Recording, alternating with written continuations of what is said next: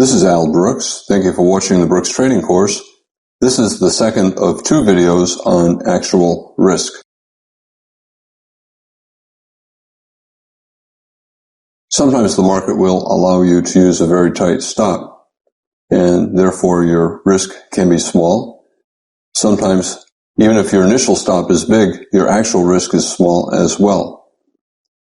When the risk is small, do not use the small risk to calculate a profit target because your profit target will be too small.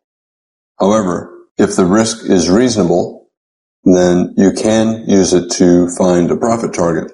Remember, the trader's equation has three variables: probability, risk, and reward. And a default for taking profits is 2 times your risk, assuming that your risk is at least as big as a scalp.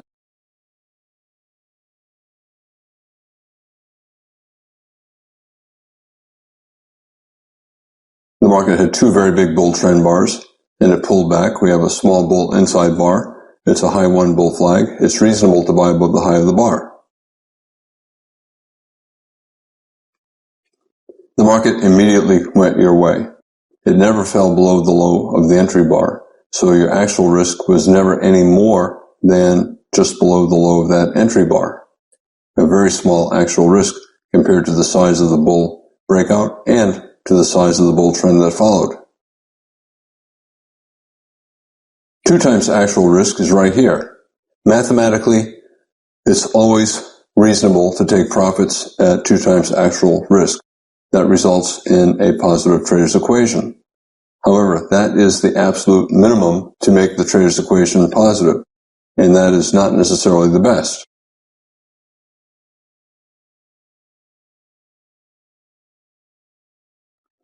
When the actual risk is very small, but the probability of a big profit is very big, you should not use the actual risk to calculate where to take profits.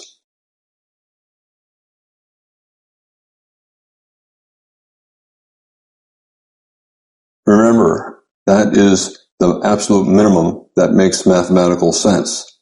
However, doing the minimum is not necessarily the best. For example, if your kid graduates from college with a D average, that might be the minimum that the school requires to get a diploma. But you would not be happy with that because he would have a hard time getting a job based upon that minimum. In general, when you have a very strong bull breakout like this, the market's probably going higher, probably at a minimum based upon a measured move using the open of the first bar to the close of the final bar. 60% chance you'll go up for a measured move, which is far greater than 2 times your actual risk. As long as the market is strongly bullish, I think it's better to use other types of support and resistance to determine where to take profits, such as measured move targets, trend lines, and prior highs and lows. 2 times actual risk is resistance, but you can see the market is ignoring it, and the market went far above it.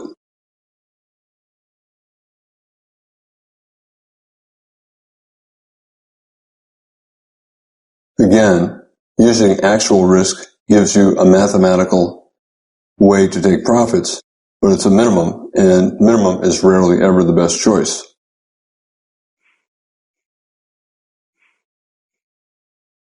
Strong bull breakout, 60% chance you'll get a measured move based upon the height of the breakout, either the low to the high or the open of this bar to the close of that bar. 60% chance you're going up here. So it does not make sense to exit at 2 times actual risk. When I say 60% chance of going up here if you buy here, that's if you use a stop based upon the bottom of the most recent major low, which is here. If a trader buys above this bar and puts a stop below the bottom of the bull breakout, he has a 60% chance that the market will reach that target before it hits his stop below. That is his initial stop. Once the market started to go his way, he would then tighten the stop to the bottom of the most recent breakout here.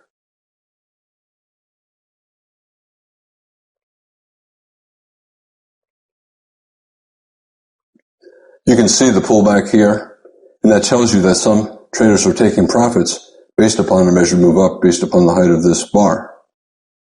When the stop is far away, traders need to control their risk, and the easiest way to reduce the risk of having a stop that is far away is to reduce the position size. And when traders do that, you get a pause in the trend or a little pullback.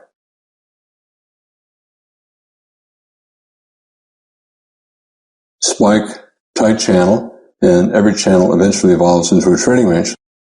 And that's what's taking place here. We're starting to get doji bars, pullback, more pullback, breakout, not very big, tail, not great follow through, bear bars. It looks like we're starting to evolve into a trading range. And when that's the case, it's no longer in a strong bull trend. You have to trade it differently. And bulls are more willing to take profits, for example, below a bear reversal bar. Spike, pullback, second push, pullback, third push, a small spike and channel wedge. Since it's no longer a strong bull trend, traders will no longer trade it like a bull trend. They'll begin to trade it like a tight trading range, which means that they have to exit their longs, or at least a good part of their longs.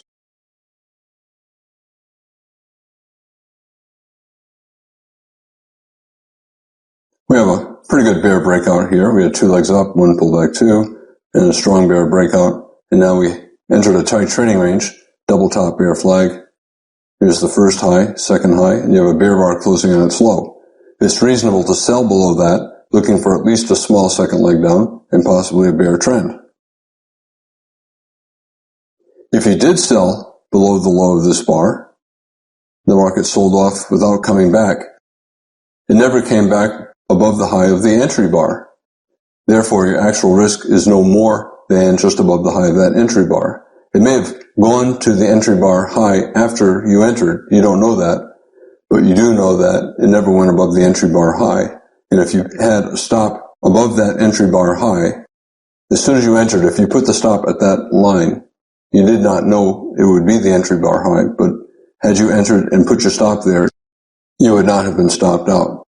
In hindsight, that is the tightest stop that you could have used to avoid being stopped out. And this little green box is the height of the space between your entry and that stop. That is your actual risk.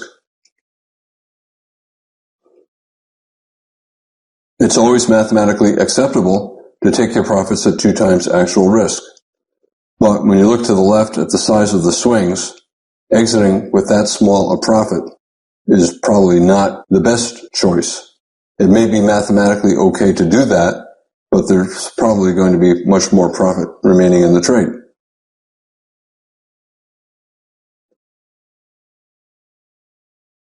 Strong enough breakout so that probably a 60% chance of the market falling for a measured move based upon the height of the breakout before it gets above the top of the breakout.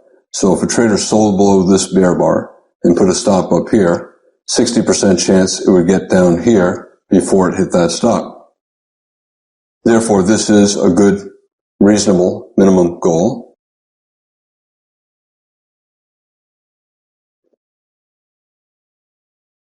And you can see the tails and the sideways move down here. It tells you that there was some profit taking here. Traders, in fact, did take profits at a measured move down based upon the height of that bear breakout. Why would they do that? Well, their stop at this point is either at the top of this sell climax or the top of this bear leg. In either case, it's far away, and they want to reduce their risk. The easiest way to reduce their risk is by reducing their position size, and that profit taking results in a pause or a bear flag.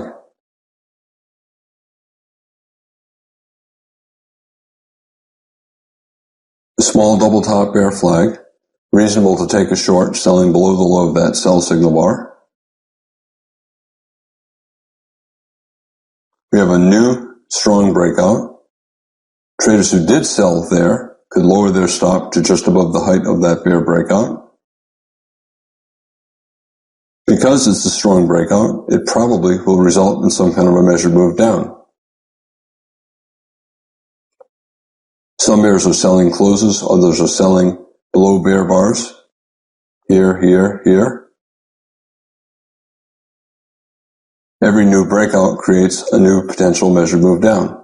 I have the measured move based upon the top of the bear breakout to the bottom of the bear breakout. Some computers will base it upon the open of the first bar to the close of the final bar, these 3 bars, and that would be a tighter projection somewhere up in here.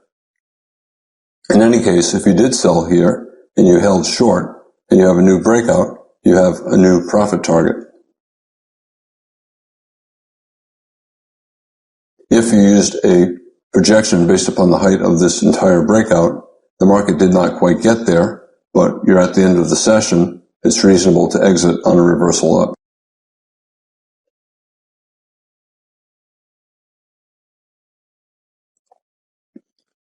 We have a very strong rally and a deep pullback, a type of spike and channel bear trend, strong bear breakout, so a spike, second push, third push, and the market's reversing up from the bottom of the channel and just above the bottom of the bull trend.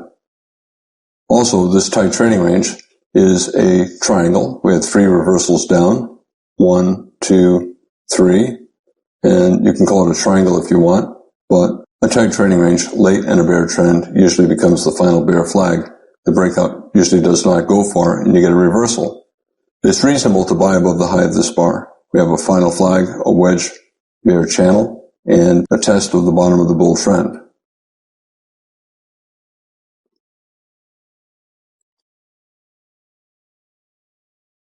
If you bought above the high of this bar, you got filled here, the market went straight up, your actual risk was no more than to just below the low of that bar. Very tiny actual risk compared to the size of the bars and the size of the swings. Big swing up, big swing down. 2 times actual risk. It's okay to take profits there, but doing the minimum is rarely ever the best in life.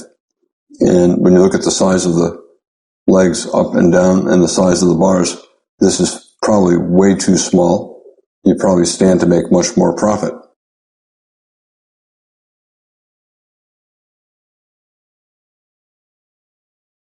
Another approach would be to take profit at other types of resistance. For example, the top of the triangle, the top of the final bear flag. It's a reasonable place to take profits, and you can see there's a pause here, a little bit of profit taking. We're also testing the bottom of a trading range. We have a double bottom here and a breakout. These lows create a breakout point. You can see this bear bar in the tail here, and that indicates that there's some selling there. This profit taking from these bulls. Some of it might be bear selling, but with a bull trend that is as strong as this, it's probably more profit taking from the bulls who bought anywhere in here than it is from bears selling. We have a gap between the low of this bar and the high of that bar. It might result in a measured move up.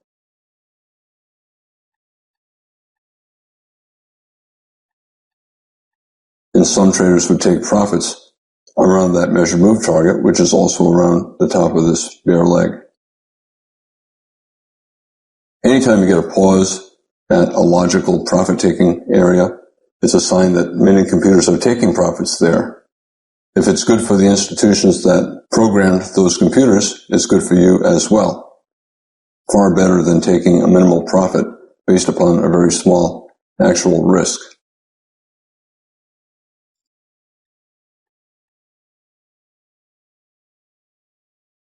Strong bull trend. There's a high 2 pullback, a high 1, and then a high 2. A reasonable buy. Dojis, 3 dojis, so possible tight trading range soon. This is probably too tight of a stop. You're in a tight trading range, and the market may come down more before it goes up.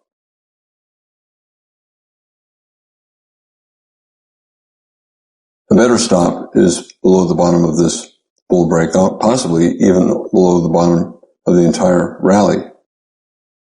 However, if you're taking this buy, using a stop right below your signal bar is probably too tight. This is a more appropriate stop.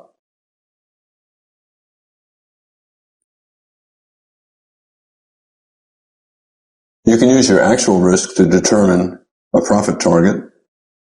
If ever you take a trade and you're not sure where the profit target should be, it's always reasonable to take profits at 2 times your actual risk, or to swing trade and see how far it goes. simply rely on a logical stop. And even if you buy this thinking you're going to scalp, I think you need a swing stop, and you should trade small enough so that you can scale in more on a pullback if you get a pullback.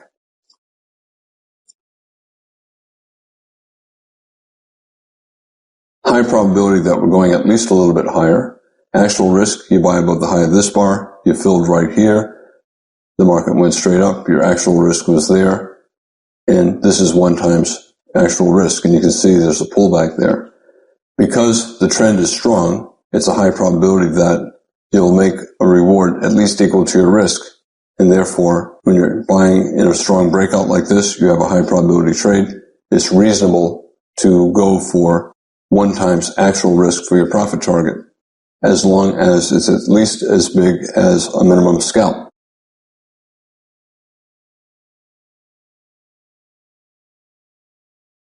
I want to talk more about using risk to determine profit targets.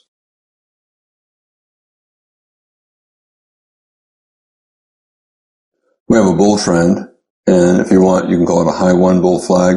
You can call it a high 2 with this. You can call it a double bottom bull flag. Doesn't matter. It's a pullback in a bull trend. It's reasonable to buy above the high of this bar.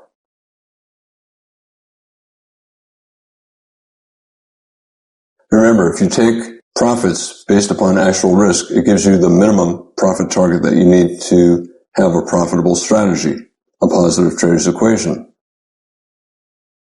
Never lose sight of that goal. You always need a reward equal to at least 2 times actual risk. In a strong trend, you can go for 1 times actual risk. Now, if you're scalping, can you take profits based upon the initial risk instead of the actual risk?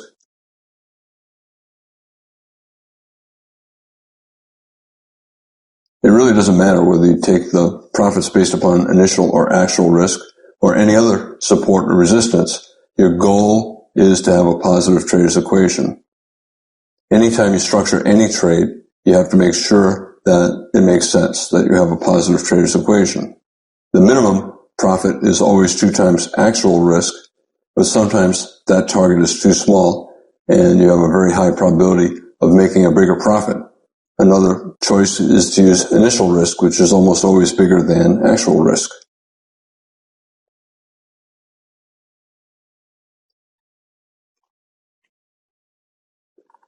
Risk provides you with targets that provide the minimum needed for a positive trader's equation, but other targets are often better.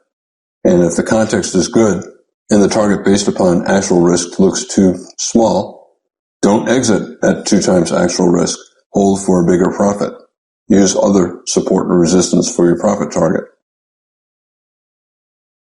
Let's say you buy above the high of this bar, and let's say your stop is below the low of the bar, and that therefore is your initial risk. From just above the high of this bar, you get filled right here, down to just below the low of that bar. That's how much you're willing to risk initially. We got a little pullback after you entered, and then the trend resumed.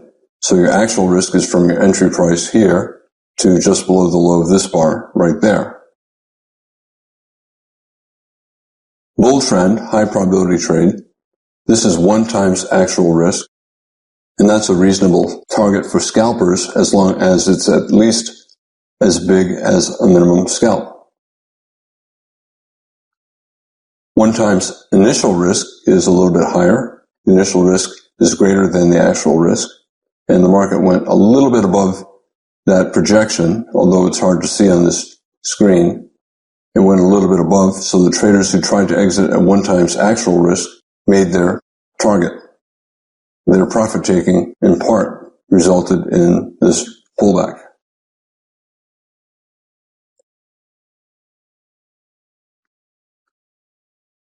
Remember what you're trying to accomplish here. You're trying to make money. And to make money, you need to be trading in a way that results in a positive trader's equation. If you take 100 trades, you want to make sure that the trades you take result in a profit at the end of those 100 trades. You lose some, you win some, but you want a profit. There are only 2 things that you can control. Risk, which is where your stop is, and reward, which is where your profit-taking limit order is. And you have to be able to take profits that make sense mathematically. It's always mathematically acceptable to take profits at 2 times actual risk. When it's small, you can go for a bigger target, for example, 2 times initial risk. If you're buying in a trend, taking profits at 1 times actual risk or 1 times initial risk makes sense because the probability of making money is higher. If you go for a tighter target, a smaller target like 1 times actual risk, you have a higher probability of success, which makes sense because your reward is smaller. If you go for a bigger target, like one based upon initial risk, the target's further away, the reward is greater, the probability is slightly less that you will achieve that goal, but the math is still valid.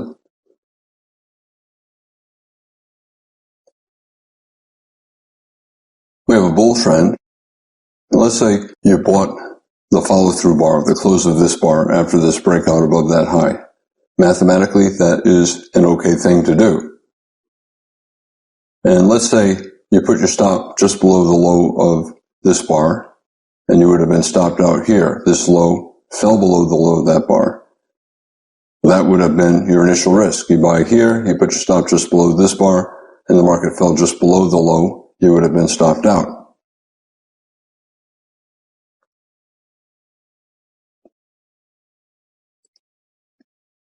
Let's say instead of the bulls getting stopped out, the market went up 5 ticks or 11 pips without pulling back. That trader then could have scalped, theoretically at least, with a 4-tick profit, or if it was a Forex market, a 10-pip profit.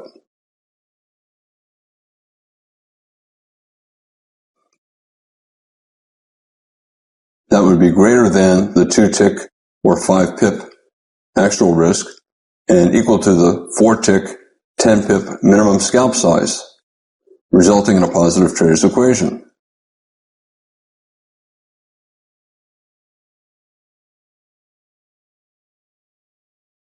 But instead of reaching that minimum scalp, 4 ticks above the entry price, or Forex market 10 pips above the entry price, the market fell maybe 20 ticks or 50 pips to below the stop, and the trader ended up losing 20 ticks, for example, if it's an E-mini or a stock, or 50 pips, let's say, if it's a Forex market.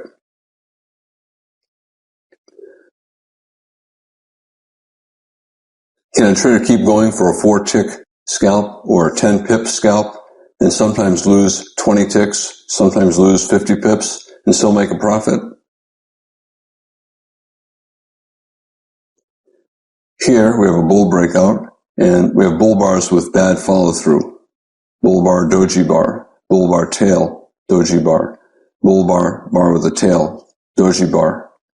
Traders would conclude that the market's probably evolving into a trading range with these 2 dojis, spike, pullback, channel, and the start of a trading range. Therefore, the premise has changed. If you're buying up here on the premise that it's a bull trend, and you see all of this trading range price action, you probably have to conclude that it's in a trading range. It's still in the bull trend, but a trading range within the bull trend.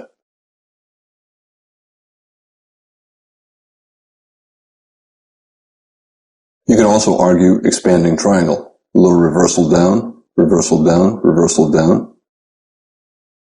If you took that buy, should you wait for your stop to be hit below the low of this bar? A lot of traders would just say, okay, it's really not a strong bull trend at this point. It might be a trading range. I could get a very deep pullback. Maybe I should just exit below a bear bar and get out here instead of waiting for my stop to get hit down here. And if you did exit there, we have a strong bear bar, probably at least a small second leg sideways to down. And this could be that second leg down. We have a bull bar closing on its high, another bull bar closing on its high here. This is a second reversal up from around this low, the bottom of a developing range. It's a reasonable buy.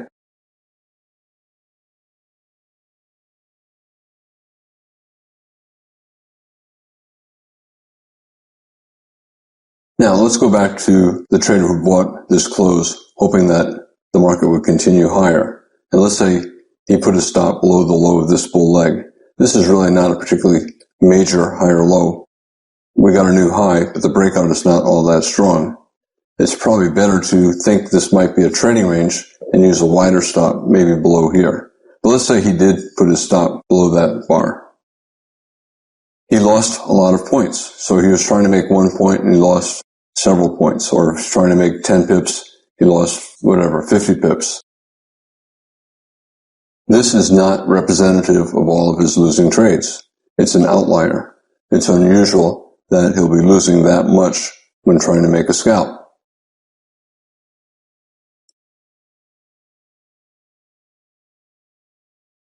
Also, it's not great trade selection. Not many bulls would take the third push up after a breakout, second push, third push, especially when the rally looks weak and there's a potential for an expanding triangle top.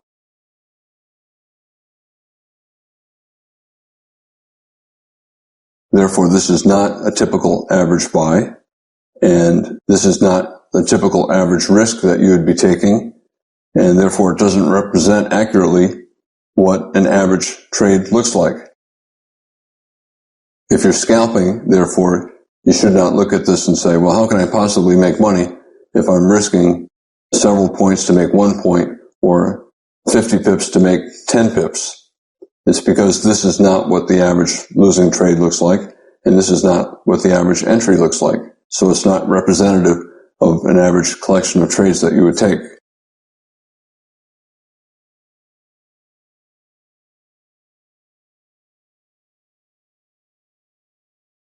For every one of those 20 tick or 50 pip losses, there is an equal number of double bottoms and 20 tick or 50 pip gains. Here we have an example of a bull breakout and good follow through. Traders can buy that close. And probably better to put the stop below the bottom of the bull trend, not just below the bull breakout. And the market came exactly down to the bottom of that bull trend. And twice it got there, micro double bottom, and did not hit the stop.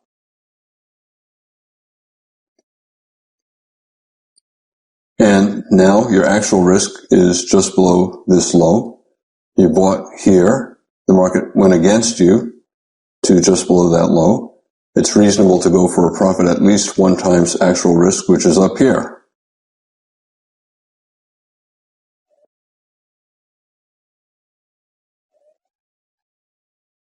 This is an extreme example the other way. There was an extreme drawdown, the stop did not get hit, and the trader was able to hold for a reward bigger than 4 ticks or 10 pips. It also is an outlier. It's something unusual, not representative of a collection of trades that you would take. But these trades do happen. Just like you get occasional big losers, you get occasional big winners.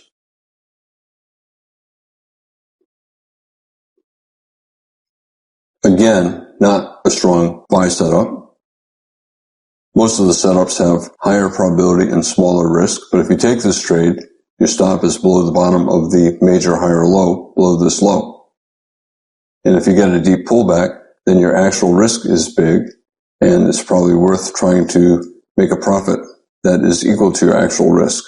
A lot of traders would simply get out break even at their original entry price, and that's what caused this pullback. Some traders would buy here, keep the stop here, and then when they get a bull bar, they'll buy more here and either get out everything here or part out here and then the rest here.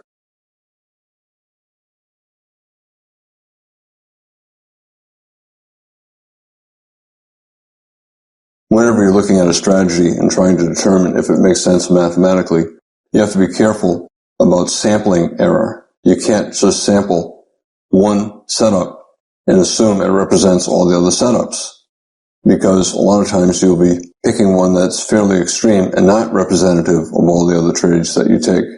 If you take 100 trades and go for 1 times risk when the trades are high probability and 2 times risk when the trades are low probability, the odds of making a profit are very high.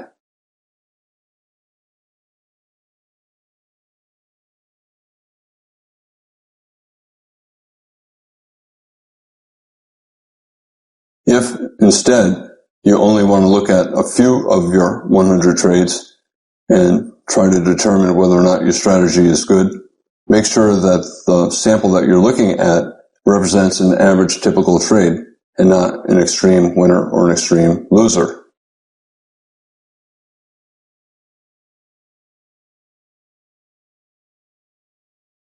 If 1 billion people each took 100 trades and managed them well, the group has a very, very high probability of making a profit.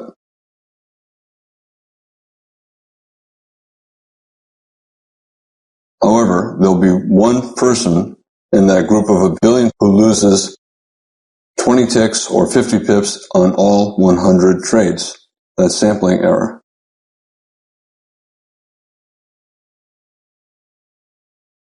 There'll also be one lucky trader who makes 20 ticks and 50 pips on all 100 trades. Again, those are the outliers. But the entire group would make money, which means the average person who used that strategy would make money.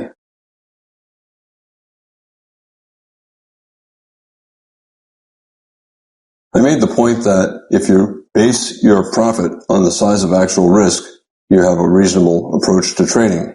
Your minimum goal is going to be at least 2 times actual risk for most trades.